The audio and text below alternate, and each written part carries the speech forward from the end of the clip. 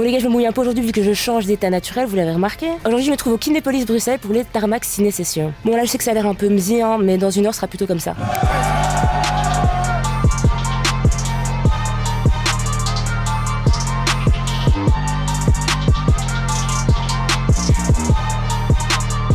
Bon, maintenant qu'on est un peu plus au calme, je vais te parler du principe des soirées Tarmac Ciné Sessions. En gros, tous les jeudis on te met yambe. Tu peux participer à des tournois, tu peux faire du free play, tu peux même être coaché par des gamers professionnels. Et tout ça sur des jeux comme Fortnite, Street Fighter V, Taken, Hearthstone, enfin bref.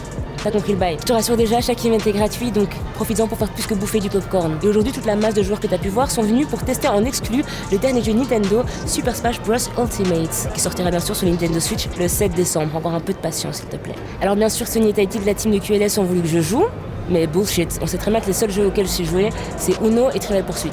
Donc je vais faire un truc que je sais faire à peu près. On va revenir sur l'actu du jeu de ces dernières semaines et je vais vous balancer 3 fun facts. Alors premier fact, pourquoi Kirby est le seul à avoir survécu? Déjà il faut savoir que dans Super Smash Bros Ultimate, tous les persos font face à une espèce de nouvelle entité inédite, Galim, qui les dessine tous avec des rayons de lumière assez étranges comme ça. Et comme vous avez pu le voir dans la bande-annonce, le seul qui arrive à s'échapper c'est Kirby sur son étoile. Mais pourquoi? Parce qu'on sait que c'est pas le personnage le plus populaire ou encore le plus basé. Donc la question est un peu légitime quoi. Et ben en fait c'est un peu une sorte d'évidence avec une pincée de favoritisme de la part des créateurs. En fait ils se sont rendus compte en toute logique et par élimination que Kirby était le seul à pouvoir éviter la menace. Son étoile Warp lui permet d'altérer sa forme physique et lorsque l'étoile va en ligne droite super vite, et bien il y a un moment où ils finissent par se téléporter, l'étoile et Kirby. Donc plutôt pratique pour échapper aux tentacules de lumière de la nouvelle menace. Après, faut quand même qu'on se le dise, le choix était un peu facile pour le créateur de Smash Bros, Masahiro Sakurai, vu que, je vous le donne en mille, il a pas créé le pétrole, mais c'est le papa de Kirby, oui, c'est le premier personnage qu'il ait dessiné. Mais faut quand même respecter la boule rose parce que Kirby, au final, elle est peut-être fragile, elle est petite, ok, mais il a quand même beaucoup d'atouts. Deuxième fact, oui, le jeu a leaké, oui. Où, quoi, comment, ça va savoir, bonsoir.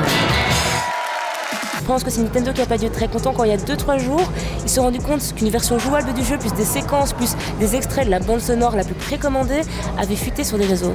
Évidemment, Nintendo a pas pu colmater la fuite parce que tu sais bien, c'est Internet. Pour l'instant, ils sont pas encore sûrs de l'origine de la fuite, mais il y a quand même des soupçons qui se portent sur le Mexique. La théorie voudrait que certaines boutiques de gaming aient vendu les jeux en version physique un peu en avance, quoi.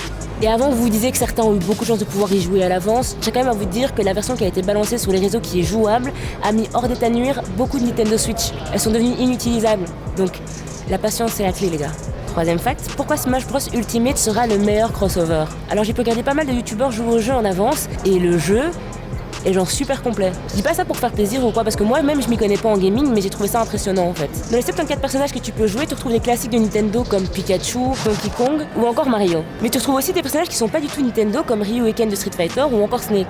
Alors j'ai regardé pas mal de gameplay et je peux vous dire que la map aventure elle est quand même super grande, il y a genre une centaine d'endroits différents. Et puis la beauté aussi avec Smash Bros c'est que c'est pas un jeu de combat comme les autres avec des simples versus où tu fais tournoi en tournoi en tournoi pour affronter le gros boss. En fait c'est comme un mélange de party game et de versus fighting, sauf que c'est aucun des deux au final. C'est comme un nouveau concept, un style à part entière auquel on pourrait donner le nom de Smasher. Bon les gars, c'est tout pour moi ce soir, mais jeudi prochain c'est la dernière session des Tarmac Ciné Sessions, donc si tu veux t'inscrire, tu cours maintenant sur le site de Tarmac et nous on se voit jeudi parce qu'il y aura du DBZ, du Street Fighter, du FIFA, tout ça. On va tout faire péter.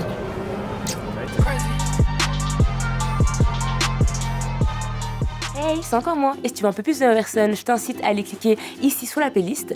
Et si tu veux un peu changer, t'en as marre de ma tronche, je te conseille de t'abonner à la chaîne Tarmac, comme ça t'auras plein d'autres vidéos de qualité, des sujets cocasses, locasses, tout ce qui finit en as quoi.